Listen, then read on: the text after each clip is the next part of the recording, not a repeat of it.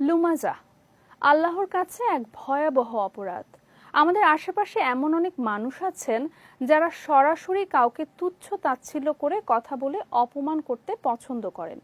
পবিত্র কোরআনে আল্লাহ তাআলা এই মানুষগুলোকেই লুমাজা বলে উল্লেখ করেছেন। বিস্তারিত জানাচ্ছেন সৈয়দ নওশাদ। আমাদের আশেপাশে এমন অনেক মানুষ আছেন যারা বুক ফুলিয়ে বলেন তারা উচিত কথা বলতে কাউকে ছাড়েন না, বরং মুখের উপর বলে দেন। সরাসরি কাউকে লাঞ্ছিত করার পর এটা নিয়ে তারা বেশ গর্বও করেন।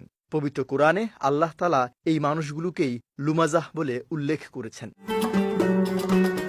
এসব ঠোঁট কাটা স্বভাবের লোকদের সম্পর্কে মহান আল্লাহ তাআলা সূরা হুমাজার প্রথম আয়াতে বলেন, ওয়াইলুল লিকুল্লি হুমাজাতিল লুমাজাহ, অর্থাৎ দুর্ভোগ প্রত্যেকে যে পশ্চাতে ও সম্মুখে লোকের নিন্দা করে। উক্ত আয়াতে উল্লিখিত হুমাজাহ হচ্ছে কারো পেছনে কথা বলা বা গীবত করা, আর লুমাজা হচ্ছে কাউকে সামনাসামনি দোষ ধরে অপমান করা। হযরত কাতাদা রহমাতুল্লাহ আলাইহি বলেন, সূরা হুমাজার ভাবার্থ হল মুখের ভাষায় এবং চোখের ইশারায় আল্লাহর বান্দাদের কষ্ট দেয়া।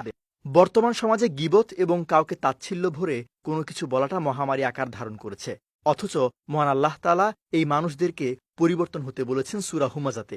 নয়তো তাদের জন্য ভয়ঙ্কর শাস্তির কথা বলা হয়েছে, আর তা হল আল্লাহর প্রজ্বলিত হুতাশন, যা হৃদয়কে গ্রাস করবে, জ্বালিয়ে তাদেরকে ভস্ম করে দেবে, কিন্তু তারা মৃত্যুবরণ করবে না।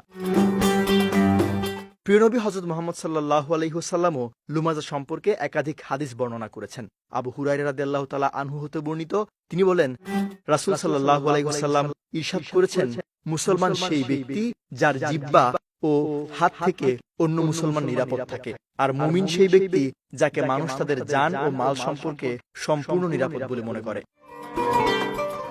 সৈয়দ নওশাদ, বিজয় টিভি নিউজ ডেস্ক।